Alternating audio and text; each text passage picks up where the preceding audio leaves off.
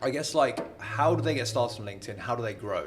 Okay, so before you even upload your first post or send your first message, I would obviously sign up to the platform and get a profile picture going. Take some time to curate your profile, and see this as a billboard to sell yourself. It is your brand, and it is the pit stop where people, the first stage that people visit to understand who you are. And um, you want to display who you are beyond the university you went to or the job that you're currently working at.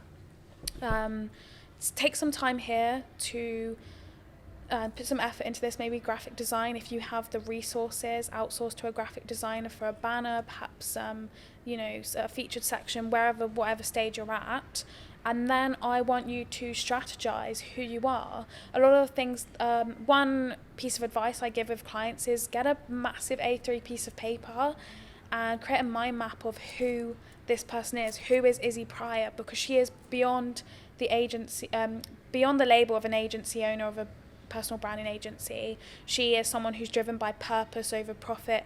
She's someone that plays rugby. She is someone who loves having conversations beyond the surface level, meaningful conversations surrounding entrepreneurship. She's a big fan of an advocate of young entrepreneurship.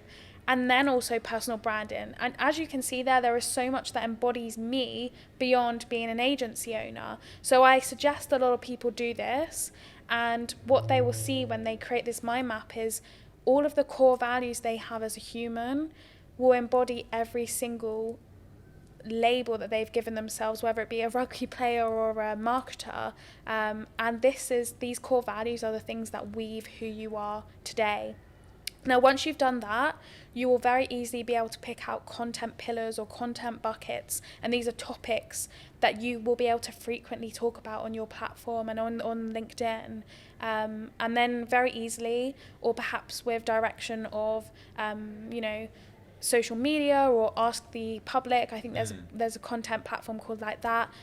You'll be able to find prompts to be able to create content surrounding that, rather than simply, hi, my name's Izzy and I'm joining LinkedIn. You want to add a little bit of difference and uniqueness to your opinions on the industry news, etc., etc. And that's where your content strategy comes about. I could talk about that for hours, but in terms of the content side, understanding yourself first is very key, and then everything will come as a result of that.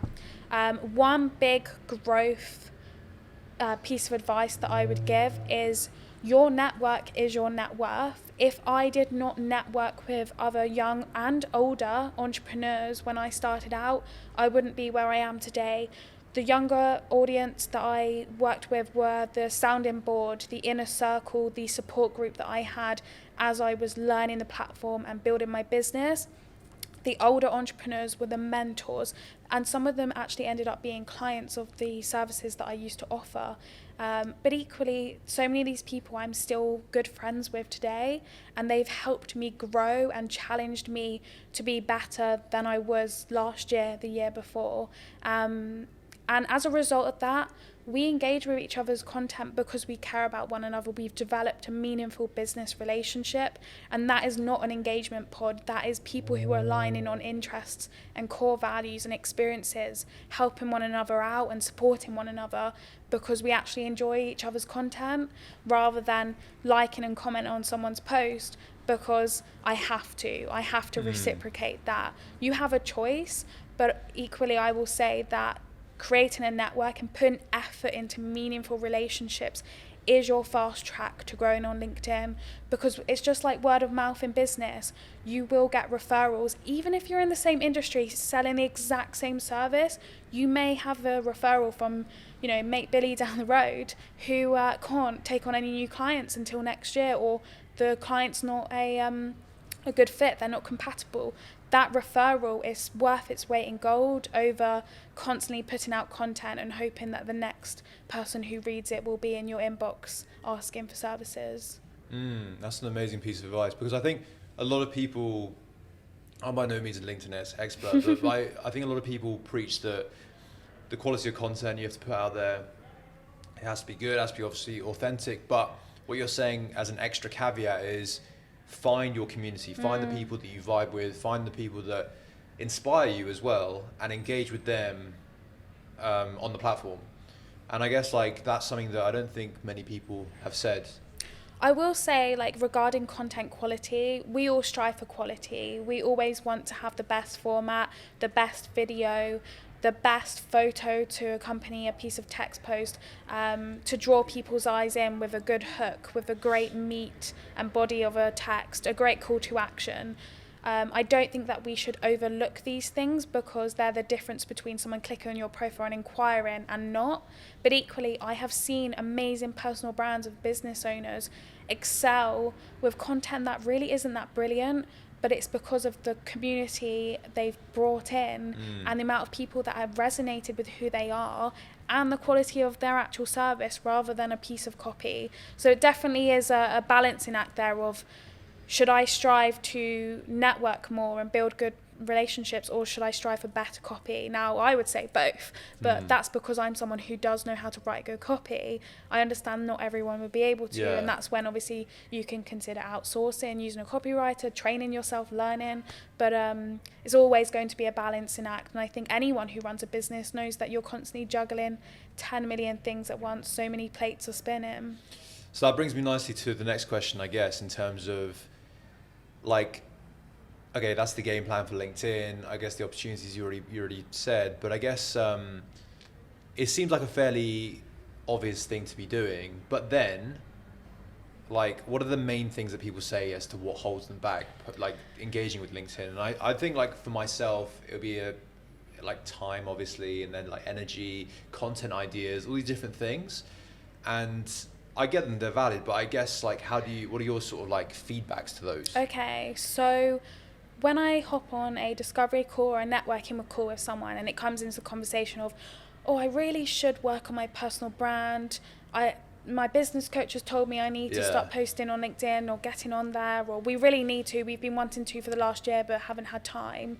I dig a little bit deeper and I ask those uncomfortable questions, and it usually comes up with an hesitancy to post because they care too much what other people think. They don't want to brag about perhaps the investment that they've attained or, fundraised.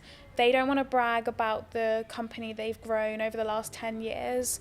They don't want haters in their comments disagreeing with them. They're too hesitant, and they are hindered. This growth is hindered by a fear of caring what other people think. And it blows my mind because I'm sitting on a call with someone who has scaled a business to, $3.5 million, whatever it may be, and they're not putting the amazing stories that they've had out there. So there are a couple of things you mentioned there that I will object to and I will give you a response to. So time, if you have the money, then look at outsourcing your copy or working with an accountability coach, or getting an admin to take the tasks of your day that don't require you and your unique brain and your decision making. Energy, I think that's just an excuse, because as business owners, we're always juggling and spinning plates. When you educate yourself on LinkedIn and start to understand what is needed, it becomes addictive, and I will say it becomes sort of an obsession to be able to network with these people and to be able to reap in these rewards. Content ideas, you have resources out there. There's something, ask the public or ask the audience. There's other people's posts. You can literally scroll the platform for 5 minutes and find frameworks and inspirations from other people. Perhaps they've had an objection from someone. Use that, but obviously don't take their copy and paste it. Use it as an inspiration, put it into a bank and think, I'm going to write a post that's about why I started a business or what my purpose is. Equally, you're probably having a number of sales calls a week or conversations with your staff members. Turn that into content. One great piece of advice that I gave someone last year, and it actually led to more leads generated, was take the objections that you have are facing on your calls, those sales calls, and turn it into a piece of content. Because immediately, if you're saying to someone, we cost this much because of XYZ, put that in a piece of content. We cost this much because we're delivering on this. We are, this is the great quality work that we provide, etc., etc. You're cutting down further objections. You're enabling more sales calls to be booked, and also you're building trust with your audience by being so transparent. There are so many content ideas just brimming around the room in your brain. You just need to speak with someone. I'm sure in this podcast, I've come up with 100 content ideas that I could turn into copy at a future date. Having a conversation, that creates content. So I think there are so many reasons why people put off starting on LinkedIn. But when they start to educate themselves, it's often the starting that is the problem, and when they do start and get going, they find that they were holding themselves back altogether in the first place.